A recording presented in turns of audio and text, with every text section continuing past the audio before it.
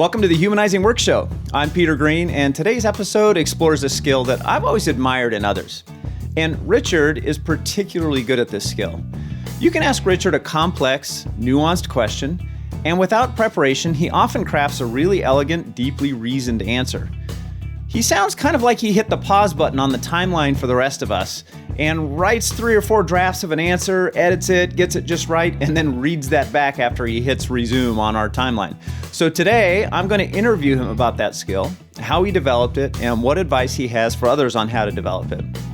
To demonstrate this, I've got a question that I haven't shared with him ahead of time, and we'll see how he answers it. I suppose this could go really poorly. Maybe this is the one time I ask Richard a hard question and he totally trips over his words. But I bet that won't be the case. Before I bring him in and ask that question, though, just a quick reminder that the Humanizing Work Show is a free resource sponsored by the Humanizing Work Company, where we help organizations get better at leadership, product management, and collaboration. Visit the contact page on our website, humanizingwork.com, and schedule a conversation with us if your organization wants to see stronger results in those areas. And if you want to support the show, the best thing you can do if you're watching on YouTube is like and share the episode, subscribe to our channel, click the bell to get notified of new episodes, and drop us a comment with your thoughts or questions about today's topic. If you're listening on your podcast app, the best thing you can do is rate and review it in your app and share the episode along with your thoughts and questions on your social media. All right, back to the content of today's episode. Richard, welcome to our show. Hey, Peter. It's good to be a guest on my own show for the first time. All right, so I've been lauding your skills at responding extemporaneously to kind of challenging questions. I've seen you do this over and over again when we're working with clients and just in sort of day-to-day conversation. And I thought I would test this out by asking you a question about our current United States political parties. Oh, man. I'm curious, Richard, how do you see the current political parties, Republicans and Democrats in the United States, as having drifted from their original values, sort of the traditional, what it means to be conservative, what it means to be liberal? Easy one, right? Softball. Yeah, thanks for the softball, Peter. This is hard in different ways than the hard questions I would typically answer. I wanted to actually put you on the spot and see what you did. Yeah, I feel that. The stakes feel a lot higher than questions I'd typically answer and distracting in a lot of ways. Mm-hmm. Well, let's work through it and then we can cut it if we want. So in my education on this, I've studied conservatism much more than I've studied kind of progressivism. And so I can't give a really comprehensive answer to this, but the thing that immediately came to mind is that the history of conservative political thought, and I studied this in grad school all the way back into the medieval period, was very much focused on you've inherited unchosen obligations to the people before you, like your family, your community, your religious heritage, the place that you're in, whatever, sort of imposes obligations on you that you're not free to choose. And because of those obligations, you are meant to take your inheritance and then empirically see if there are better ways to do things and evolve from what you've inherited. But you have this starting point that you've picked up with this whole collection of obligations that you think about as you experiment with what's better for us. And it feels like the modern version of conservatism in America is maybe more self-centered and focused on individual liberty and not so much focused on these obligations to others in family, community, and place, and not so much focused on iteratively and empirically improving things on the inheritance we've received. So it almost feels like we don't have a conservative party in that sense. Interesting. As you studied that, I'm curious how that contrasted with more traditional definitions then of progressive or liberal approaches. Mm-hmm. There, I think, are 2 different threads in progressivism that I see. One is a kind of collective thread, which is often sort of utopian and making a better world from first principles, which you see in a lot of the Enlightenment heritage of progressivism, Like, we should have a better society. Let's reason about how to do that, and let's kind of create that top down. And you see that in a lot of the government-centric social programs and a desire to make a better society.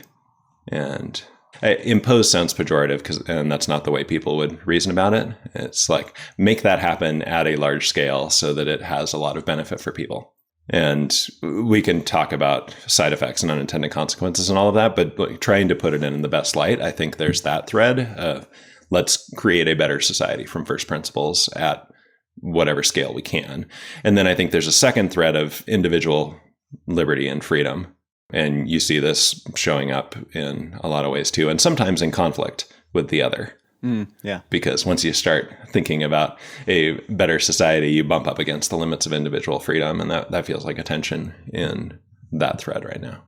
Yeah, it's interesting. The way that I would describe you contrasting the traditional definitions of these things and the way that current political dialogue happens is that you describe different starting points, this ideal versus this ideal, but you're able to frame it when you speak of it that way in a way that acknowledges the benefit that each ideal is attempting to create. And current political dialogue seems to do the exact opposite of that, which is build up a straw man of the worst characteristics of each one and try to tear down the straw man. Yeah. And I think it's important that this is one of the mental models I use when I'm thinking through how to answer a question is, if I assume everybody involved in this is well-intentioned and wants to do the right thing, how did well-intentioned people end up believing something different from me or end up doing something that doesn't make sense to me? And so as I'm processing the question, I'm trying to think through things like that so that I can answer in a useful way. Yeah. This is a skill that you seem to have developed over the years, and I'm curious when you first recognized that you had a talent for it, or maybe you failed miserably at it in some situation. What was the genesis for you starting to develop this skill? I think I probably experienced some early bright spots with it where systems thinking and objectivity is a natural strength of mine. And a weakness. And in terms of distance from what's actually going on, I can kind of be too objective and disconnect from the people and the feelings, especially earlier in my life. But that did allow me to think about what's going on here and reason quickly about it. So I can process pretty quickly, and there was some natural talent there. And I can also think of a lot of occasions early on. The thing that made me want to systematically develop this was where I would give an answer that might be true, but not useful. Like, here's a glimpse into what I'm thinking. And I wasn't thinking enough about the people involved. I was thinking much more about, oh, this is an interesting problem. Let me play out all the things that may be going on here. And I'd give an answer that was packed with nuance and detail and different models and not really be in service of somebody who is asking me a question. So reflecting back on those things where I may have thought I gave a good answer, or I realized in the middle that it had gone off the rails, and I reflect back on it and think, how could I be more useful in that situation? So it wasn't usually being speechless, although my wife will tell me that when we first met, I would give painfully long pauses before answering questions sometimes. And I may still do that while I'm processing things, but apparently 25 years ago, it was a lot worse. So there was probably some awkwardness there, but I didn't have this sense of, I have no idea what to say. It was more like, let me sort out the thing I'm going to say, but then it wasn't always the most useful thing. So I wanted to get better at that. What are the things that you did as soon as you realized you wanted to develop this skill? Right. Background. One of the things that I learned in music is that if you want to be able to improvise in a style, you have to know the vocabulary for that style first. So you start by learning other people's songs, by learning sort of the words and phrases that people say in that style. So early on for me, that was bluegrass and Celtic music. I grew up going to jam sessions, and the first time that I had to try to solo on guitar, I had no vocabulary and it was awful. I think the only vocabulary I might have had was the song that's in Deliverance. Dueling banjos? Yeah, dueling banjos. That's what it was. Like the only phrase that came to mind, and it was totally useless for the song that I was in. So I just didn't have any words to say. Yeah. It was a little like, you should join CrossFit. Like, wait, nobody's asking about fitness right now. It's like the only thing I knew to say. And that didn't work. And then eventually you build up the vocabulary and you're able to say things on your own. And so that pattern came to mind when I was thinking about how to develop this skill. And I realized I needed to have the vocabulary. But in this case, the vocabulary needed to be, what are the things I say about these kinds of topics? So I wrote out a list of questions that people had asked me or might ask me. And every morning I would write about or try to answer one of those as a way to just figure out in the quiet of my own workspace, what do I even say about this thing? And over time, I started blogging some of that stuff. And at this point, I've probably written, a couple million words on the kinds of topics that people ask me about. And I think I'm drawing from a lot of that when I answer questions. Yeah. Besides writing, what other things have you found useful? I've recorded myself answering questions out loud. Mm-hmm. I never go back and listen to it because especially before we had a show and before I'd recorded a lot of music, I really didn't enjoy listening to my own voice and didn't have the patience for it. But even having to say it to the recorder was a way to get clear on it.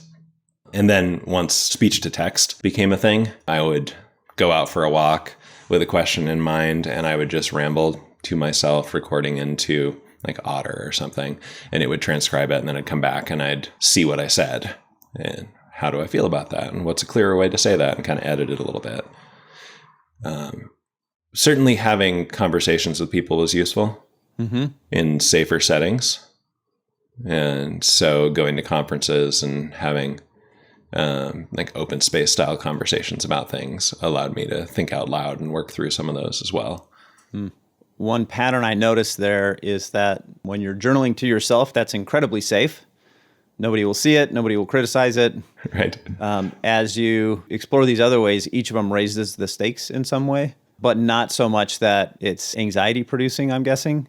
So as soon as you hit the record button, the stakes are higher. The conversations with people that you trust, the stakes are higher because now you have to pay attention to how they're responding to it. And even if it's a close friend, you do know that the stakes are a little bit higher. So each of those raises the stakes a little bit. Yeah. There are some people that I have conversations with where I feel like I can say something I'm not even sure I believe yet, just to see how it sounds when I say it and how they respond to it. And we can talk our way into what I actually think. I mean, you and I obviously have that relationship. We work out our thoughts together a lot of times. And that's akin to what I would do when I'm writing. I'll sometimes write something I'm not sure I believe and see, once I've written it, do I actually think that? Or what do I actually think?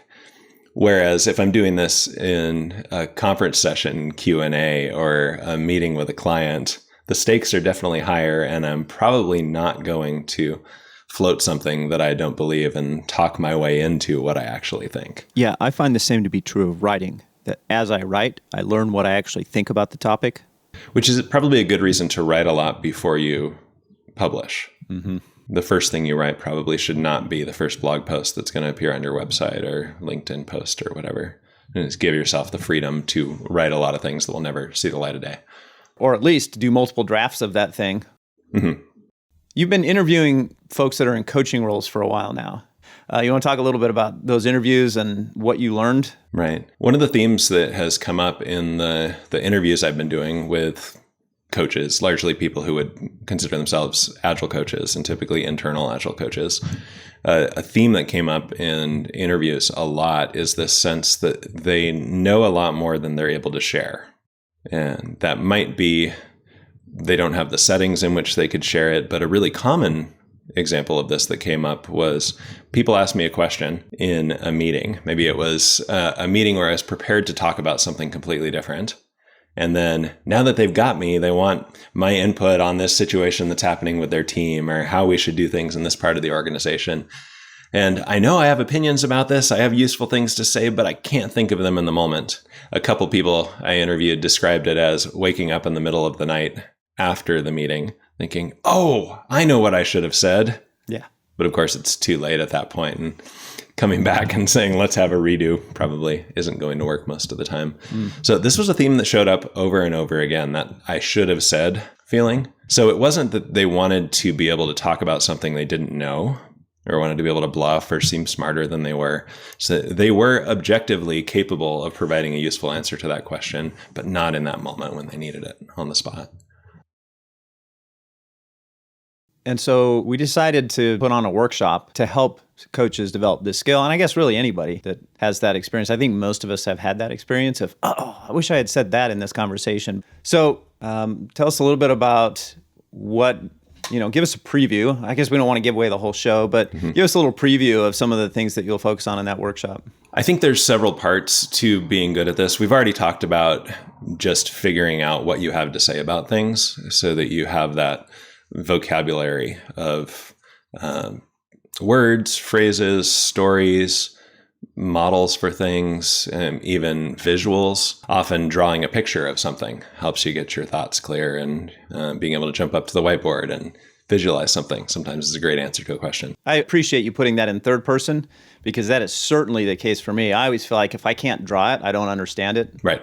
And I've done a lot of that over the years too, and it's helpful. So that's the content part of it, but I think there are a lot of skills around this. One of them is getting yourself in the right internal state to actually be present and helpful. Sometimes the impediment to being able to have a good answer is just you're nervous, you're insecure about whether you can bring something useful. You're just maybe too aware of yourself, and so you miss what the person is asking. So getting yourself in the right state is part of it. How you listen to questions and hear what's being said or not being said, how you pull together the information and think about what would be a useful answer or ask a follow-up question to get more information. So everything that leads up to your answer, I think, is important. And then there's just how you deliver a useful answer. So stories, checking whether you're actually producing understanding and insight versus just soapboxing. And then I think an important thing to talk about, which we'll address in the workshop, is what do you do when you don't have an answer that you feel like is polished and useful, but you still want to be helpful in some way? Nice. You don't always have to have the humdinger of an answer that somebody's going to want to record and carry around with them. There are still other ways to be helpful in those moments. Yeah. And that's ultimately what I think this comes down to, is people are asking you questions because they perceive that you can help them with something. So how do you show up in a way that's helpful? It reminds me of the advice from Ben Zander, which is just be a contribution. Yeah. And as soon as you shift from I have to perform or the stakes are high, reduce the stakes and just say, how can I be a contribution right now? Maybe I have a mental model I can share. Maybe I have a clear answer to that question, but maybe just a good follow-up question to help them think more clearly about what the problem is. Right. It also occurred to me as you were sharing that what you're trying to do when you're getting your mental state right is reduce the stakes to match the level that you've practiced. Yeah. And as a musician and speaker, that you don't want to reduce your anxiety all the way. Right. When I get on stage for a music performance or a speech or record a show or whatever, I need a level of kind of mental and emotional arousal that is going to lead to a good performance. And I can harness some of the anxiety, some of the stakes towards that end. If I feel like I'm just sitting on the couch with a bag of chips watching YouTube when I'm up on stage, that's not going to lead to a good outcome for the people who are there with me. Yeah. I cannot picture you laying on a couch eating a bag of chips watching YouTube. B, yes. And I think most people that I talk to have the opposite problem. Not that they can't keep the anxiety around at all, but the anxiety is so high that it becomes paralyzing. And I found as a musician that there were some situations where the anxiety was high enough that it was decreasing my level of performance. And I needed the mental skills to drop the anxiety. And being a contribution is one idea there. How can I just be a good member of the band?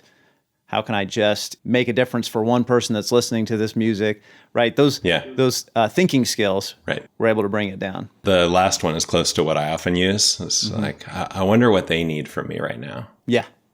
I'm more curious, more focused on them than I am on myself. That's great. I was going to ask if you had one practical tip, and that sounds like a great one, which is to get curious about what they need and be a contribution, even if it's just for that one person. What other tips do you have? Let me extend that one a little bit, and then maybe I can offer a couple more. The mental model kind of behind that one, like be a contribution, wonder what's going on for them, is show up curious. I wonder what's really going on there. I just get myself in a state where I am more curious than anything else, because that just gets me outside myself. Like, oh, I really wonder what's behind that question. I wonder why that feels so hard for them right now. And I just become interested in them and forget about myself. And in the process, I'm going to share what seems like it might be useful. So that's one tip. Another tip is think about your thinking. Start becoming aware of your mental models. I think a lot of people just think and don't really know why they think about things in certain ways. And I've discovered that having a toolbox of mental models that I can try on quickly allows me to make sense of what's going on. I'll give you a couple easy ones. One is assume positive intent. Like, I'm going to try that on a little bit. It may or may not be true that everybody has positive intent, but what insight do I get when I think about if all the players in this painful situation somebody's asking me about are well-intentioned? What does that tell me? Or another one that I think is pretty widely applicable is this idea of trade-offs or tensions. It's like, what are two things that people value in here that seem to be in conflict? And is there a way we can thread that or get both of those at once? So when I'm listening to a question and the story around the question, I'm often plugging the facts into these different mental models and seeing what gives me insight here that might unlock something for the person that I'm talking with. And so I've got my set of mental models that I use, but they're not the same as the ones that you use or that somebody else uses. And as you become conscious of the ones that you have, instead of just having tacit knowledge where you use them but you don't know they're there, you become more conscious about them. You're able to plug them in and unplug them faster, I think. I think that's what's going on a lot of times, where it feels like I've thought through something a lot before I answer. It's because I have this bundle of shorthands that I can use to think through something quickly and then stick with the one that gives the most insight. That sounds a lot like having the vocabulary for an improvising musician. When I'm improvising, I'm not thinking, what note am I going to play next? No, I get a general shape in my head, and that shape is so under my fingers in every key that I just go play it. And it sounds like mental models are functioning the same way for you in these types of conversations. Yeah, they chunk the information for you in that way. The maiden voyage of this workshop, which we're calling On the Spot, Strategies for Articulating Answers Under Pressure, is happening on September 19th, 2024. You can get more details and register on our website, humanizingwork.com, and go to the events page. If you're checking out the show after that, A, I bet the future's awesome. B, check our site anyway. Maybe we're running it again. Or contact us. We often bring workshops like this in-house. Richard, is there somebody that you would really hope to see? I'm not talking about a name. A type of person that you really hope shows, yeah, you, so-and-so, we want you to be there. We noticed you stumbling on your answers a lot. No, who would you really want to be there? What describes somebody that would really benefit from this? I think in general, it's anybody who has things they know that other people would benefit from, and they end up having to talk about those without warning. But a couple categories where I see that a lot, obviously coaches, we've talked about, find themselves in that situation all the time. But the other group that I would love to see well represented at this workshop is nonprofit leaders. I think there are a lot of people who are doing things that matter, that can have a big impact in the world. And they're good when they have their prepared speech. But when they're on the spot, they may not have the words to bring somebody else along and explain why what they're doing matters and how somebody else might contribute. And so I would love to see nonprofit leaders represented here as an example of people who need to bring their knowledge to bear in the moment to have a meaningful impact. All right. So if you fit into any of those categories, or if you found this discussion helpful, we invite you to join us on September 19th for the workshop. We also invite you to join us in our mission to make work more fit for humans and humans more capable of doing great work. Visit our website at humanizingwork.com for more resources, articles, and training opportunities. And don't forget to check out our other episodes. We cover a wide range of topics to help you and your team work more effectively. Thanks for tuning in, and we'll see you next time on the Humanizing Work Show.